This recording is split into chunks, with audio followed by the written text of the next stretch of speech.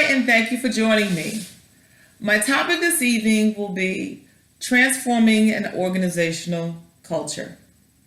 The organization that I'll be discussing is the Atlantic City Democratic Committee. Now, for many years, I've been a member of the Atlantic City Democratic Committee, a proud member of the Atlantic City Democratic Committee. I've been involved in politics pretty much all of my life. My father and family members have always shown such a great interest in politics, which, no question to me, having a political science degree from Stockton University, it made sense. I know many people talk about how can you do it? Why do you do it? What's the reason that you get involved politically? For me, I have seen the cultural changes. I have seen the positive impact. I have seen the diversity and the relationships that have been developed over years in political cultures that have helped people tremendously. And my heart always will be a grassroots person trying to make change in organizations politically for the betterment of all. And even though our Democratic Party, people may say it hasn't done much for urban cities or possibly the real poor folks in communities, I have seen different. I've seen many people throughout my community who have gotten involved and have grown and today are doing very well from their stakeholder engagement and helping out those less fortunate. You see, the topic I've created for this particular topic is creating an onward political culture, and it's for my organization, which again, the Atlantic City Democratic Committee. Our organization right now, starting this year, has made some amazing strides. We had some challenges, which most organizations have challenges, but it hasn't been challenges that we are not able to meet. You see, about a year and a half ago, we restructured and tried to get a citywide effort of rebuilding the party. And as we did that, our leader at the time, unfortunately, she took some approaches of being more of a diplomat, which we didn't see the need to be a diplomat because what we were trying to do was hopefully recruit new members. Under that format, we had to come back to the drawing board and try to reorganize again the committee. And I must say, as of today, we've done it, and we're proud of what we're doing for the people and the citizens of our great city. I enjoyed reading Edgar Sheen, and he talked about the only thing of real importance that leaders do is create and manage culture. That's pretty much what we're doing now. What we have done in our organization is taking it to the next level. We use our degree of influence to try to get folks in office. We use our order by our bylaws. We have a status quo that's second to none to embrace diversity, the loyalty and the integrity, and of course the justice that we serve throughout our committee each month is impeccable. And we look at the wisdom and knowledge of over the years of other Democrats that have been our elders, and we always refer back to them for the wisdom, again, that we need as we have the challenges within our party. We meet monthly, and we do this by engaging our stakeholders, our local business owners, and we make sure that we use diversity. So each month we try to rotate when we have our monthly meetings, which are every Monday at 6 p.m., the beginning of the month. We have different restaurant owners that we support, and we go throughout the city to have our message, meaning our party, and to show the stakeholders the support of their business owners. And we love helping people to develop, and it's also a form of networking. We have coaching and recruitment for our young Democrats, and we have a great program that's formulated with them. This summer, we're going to have a Young Democrat outreach, which will include them, so they'll have a role as well. And also creating the empowerment of teamwork. Teamwork is very important as we organize for our up and coming congressional race. We have teams right now that are working on Get Out the Vote. We have teams that are working on registering folks that are Republicans and possibly may want to be Democrats now. We have teams that are supporting the initiative of opening up and hearing different perspectives from some of the people in our community to have the buy-in. We do it in a dignified way, but also a creative way in order to help people to say, you know what, this may not be a bad thing getting involved in this organization because they're doing so many things that make sense at this time for us. Lately in our organization, what we're trying to do is to create and sustain an interdependent perspective of our leadership culture. We're trying to identify our skills and our talents, and we're encouraging people to get involved and be innovative and creative. Even though we have a structure, we're always open to have a newness for other people to give their input in order to have a buy-in so we don't lose them. And we ask for the responsibility of our organization to do the right thing always by the book, because then and only then you can get the hearts and souls and consideration of the people that really want to know who we are and represent us. You see, when I had mentioned and talked about, unfortunately, there was a discrepancy with our chairperson at the time. You know, it pretty much was the dictatorship of her leadership having somewhat of an old way of thinking. And unfortunately, we had to convince her, and she wasn't too pleased, that we had to take some necessary steps to change with the times. The behavior somewhat, she was not kind.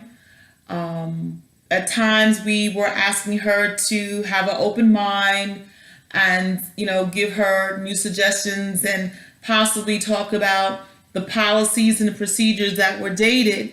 We had to recreate them.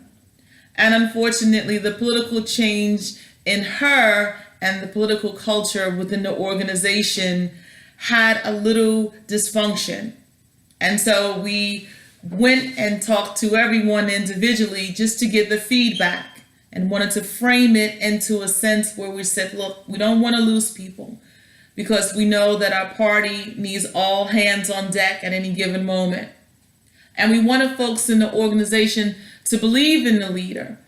And unfortunately, she wasn't understanding that, you know, you were having somewhat a disconnect with folks, and you know, there was a lack of trust, which you don't want to lose people. And then it became argumentative where there was a loss of respect. And sometimes, you know, when you don't have those things, there's a lack of inspiring people and you lose people.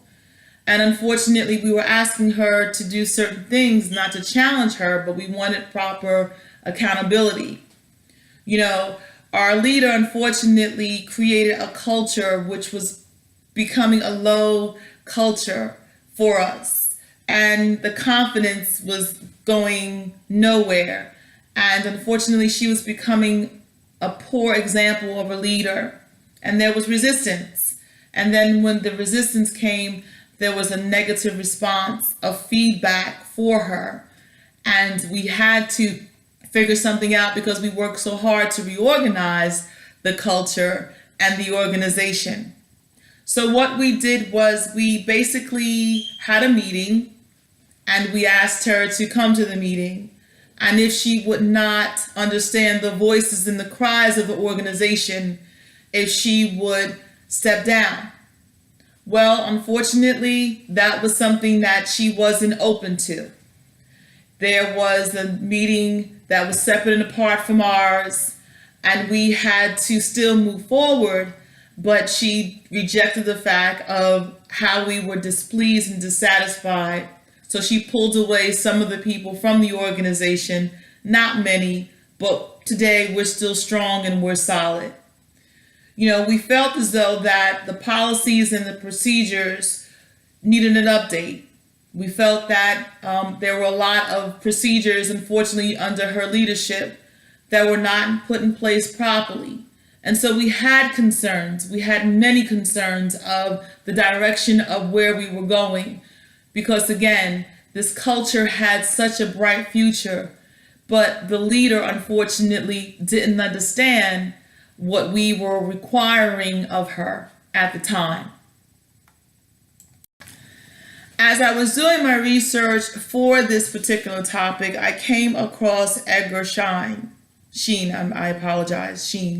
and he totally gets it when it comes to organizational cultures. He says here, the leaders climate and the leaders create a culture.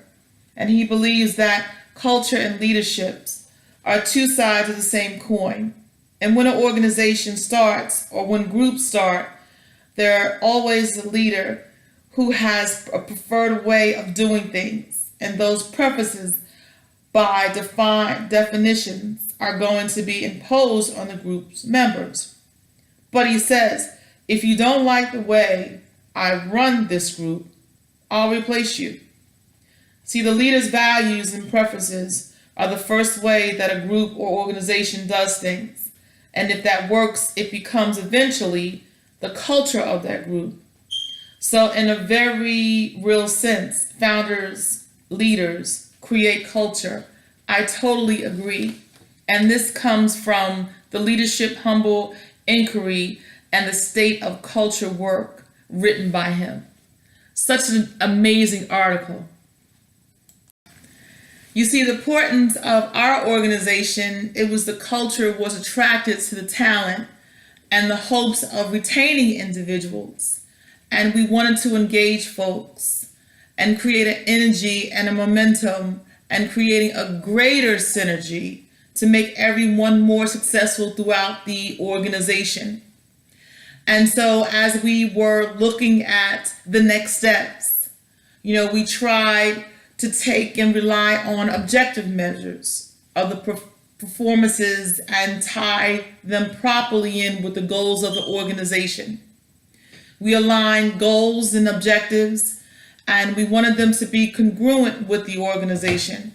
We practiced open communication, which is very important, and to remove some of the political nonsense that no longer was accustomed to our growing or developing, but holding us back, because we wanted to have a way of getting the hearts and souls to open up and to have that trust.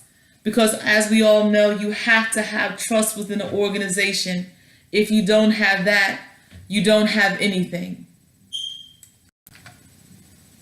When we came up with organizational new policies, which we had to, there was consideration of the enhancement of the commitment, and we had to justify the behavior of the organization to make sure that we were on one accord. And we wanted to improve the decision making so folks would not feel that they were left out. And we wanted shared perceptions. And we wanted, folks to say, open up, don't be afraid. We want to see, how we can cooperate together and how we can improve our communication. We had to look at the future and the functions of this newness of this new organizational culture. We had to provide a sense and identify the members to increase their commitment to the organization, to reinforce the value of the organization, and serve as a control mechanism for shaping the behavior for new members. It takes, initiatives, and it's always with risk taking. But with the risk taking, you have to have that in order for folks to know that your heart and soul sincerely is committed. And then you want to identify opportunities within the committee. There could also be opportunities for people as they grow and get heavily involved, and the horizon could be built for them. They could become consultants. They could become actually own their own political future one day. And that's what we hope, mainly from the youth, the young people, the youth. And offering not any past judgment of what happened in the past, but look at it and grow from it. And then act on opportunities. If there are opportunities for any of us, that we collectively view them and encourage them. And then we look at the resources that are available for us, whether it be the state, federal, or local municipalities that are right next to us. What are the resources to grow our culture and our organization? Perhaps shared services of getting out the vote together. And these are the things that just make any organization understand the new journey together as you walk one by one. There was a quote that I read from the Wall Street Journal, and it said, "But changing an enriched culture is the toughest task you'll face. And to do so, you must win the hearts and the minds of the people you work with. And that takes both cunning and persuasion." And I totally agree.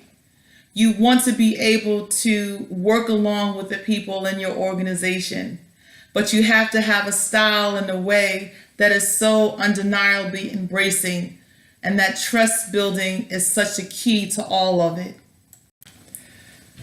You know, one would say your organization, where would you see it possibly within 12 months? Well, I could see with us coming together and reorganizing and restructuring and getting past, unfortunately, some of the oldness. With the newness, I could see us building trust within the next journey for us. The respect, including ethical reasoning, that we do things by the book and we stay connected, and that our chair respects, even her being a leader, that she should also follow her organization and listen to us as we have suggestions of creating a world of positive.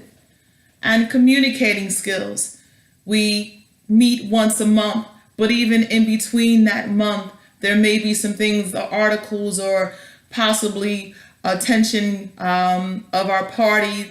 We need to make sure that all of us are in tune with that.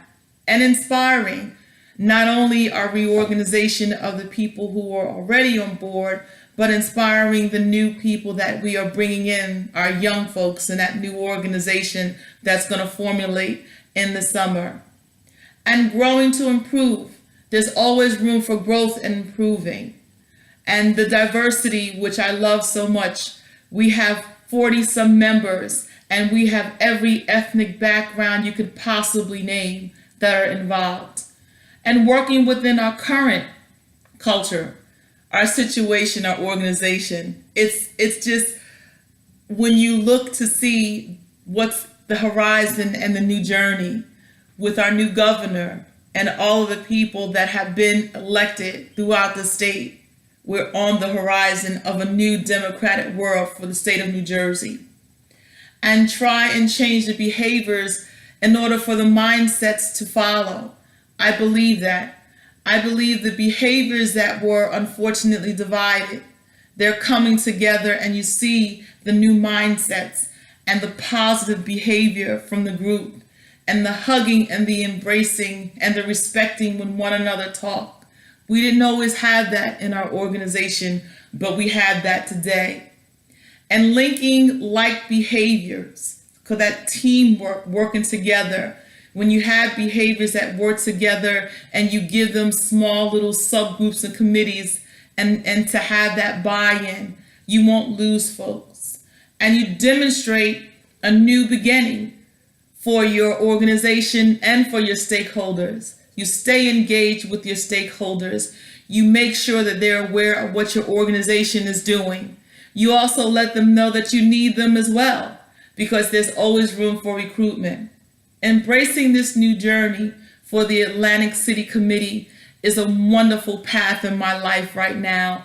And what I'm learning with this class is giving me so much insight and inspiring me to work harder, to be that leader, to be that servant leader, to be that democratic leader that my party needs at this moment and at this time.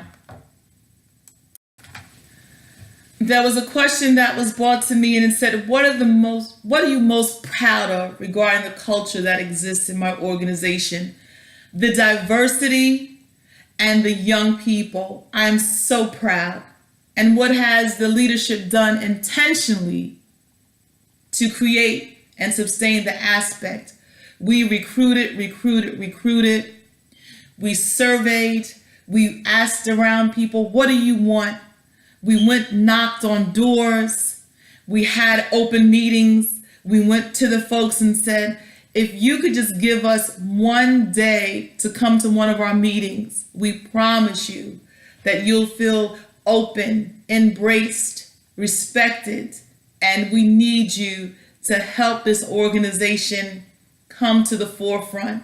But absolutely, the diversity and the young movement of the young people involved has just overwhelmed all of us, and we love and embrace every moment of it. Another question that was brought to my attention: if I could work to change one thing about my culture and the organization, what would it be? What has or hasn't leadership done, intentionally or intentionally, or to create and to sustain the aspect of the culture? So we did change new leadership, and with change comes challenges. But I believe overall what I would love to change about the culture is that we are misunderstood. I don't think the hard work and the effort and what each individual, every person is so important and so significant. I don't think our message is out there. Perhaps we should have, in addition to our webpage, maybe a newsletter. Perhaps we should have more events that, are just possibly on larger scale to get more involvement. But I just wish people in our city knew all the hard work and all the effort. Maybe we could give an awards event. Maybe we can acknowledge in some kind of way our volunteers. But if I was hoping, and this is something that possibly down the line in the future, that we can just have people understand our hard work as a group, collectively what we're doing to make a difference, and the awareness and the involvement that we need, community pride in everyone involved to help us grow. There was also, a quote that I came across, and it said, the organizational culture is a sum of values and rituals which serve as glue to the members of the organization. And that's by Richard Perrin.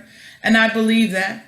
I believe we have the glue to help our great city, the city of Atlantic City, through the Atlantic City Democratic Committee, to rise to the occasion. And I feel so blessed and honored to be a member.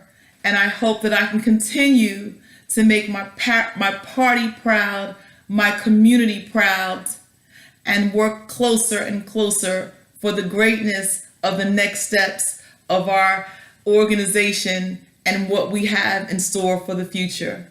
I thank you for this time, and I hope you got an overview of my organization and all the things that we are doing, and I'm so proud to be a part of it.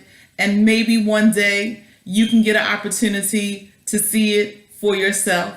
Thanks again. Take care.